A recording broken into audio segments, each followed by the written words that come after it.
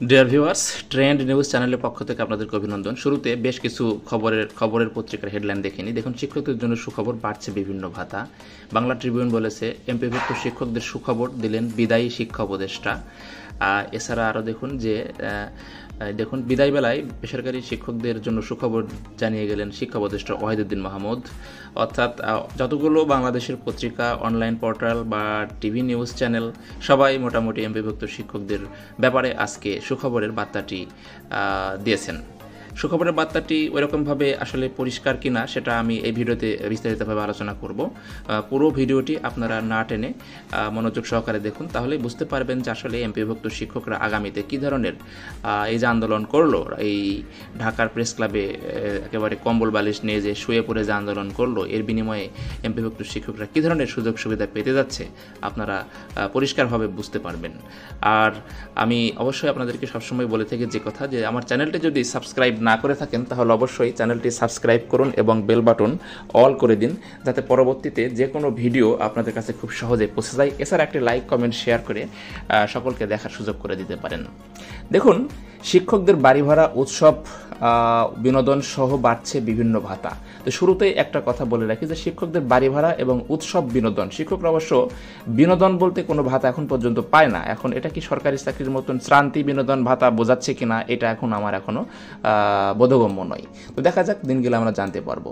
এটা আপনারা দেখতে পাচ্ছেন যে শিক্ষা বলেছে, এখানে এইভাবে হেডলাইন করেছে দৈনিক শিক্ষা.com।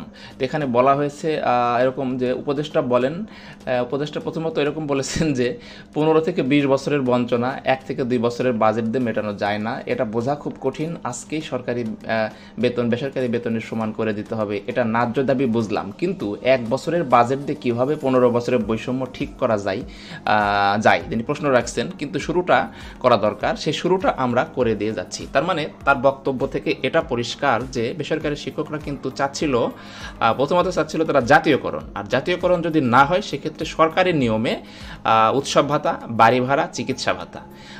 তো শিক্ষা উপদেষ্টা, অর্থাৎ যে উপদেষ্টা চলে গেলেন ওয়াহিদুদ্দিন মাহমুদ, তিনি কিন্তু স্পষ্টই বলে গেছেন যে পরিমাণ বাড়বে এটা কিন্তু অপ্রতুল হবে, অর্থাৎ সরকারি চাকরিজীবীর সমান কিন্তু হবে না।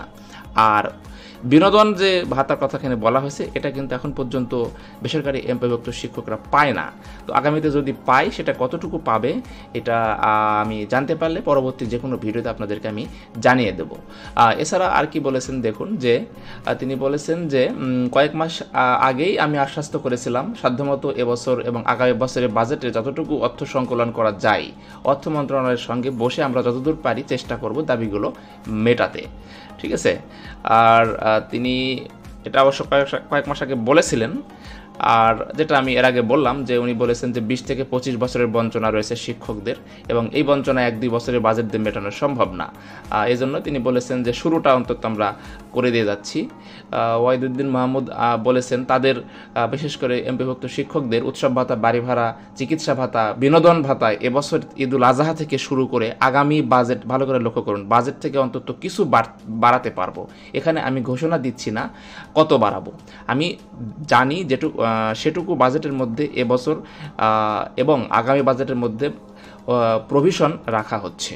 অর্থাৎ আমি আবারও রিপিট করছি, তিনি বলেছেন যে তিনি জানেন না কতটুকু বাড়ানো হবে। তিনি বলেছেন যে আমি ঘোষণা দিচ্ছি না কত বাড়বে, আমি জানি সেটুকু বাজেটের মধ্যে এবং এবছর আগামী বছরের বাজেটের মধ্যে প্রভিশন রাখা হয়েছে। অর্থাৎ তিনি কয়েকটা ভাতার কথা বলেছেন, উৎসব ভাতা, বিনোদন ভাতা, বাড়ি ভাড়া, চিকিৎসা ভাতা। তার মানে এখানে বিনোদন ভাতা যুক্ত করা হয়েছে এবং সেটা হয়তো বা শান্তি বিনোদন ভাতার কথাই বলা হয়েছে।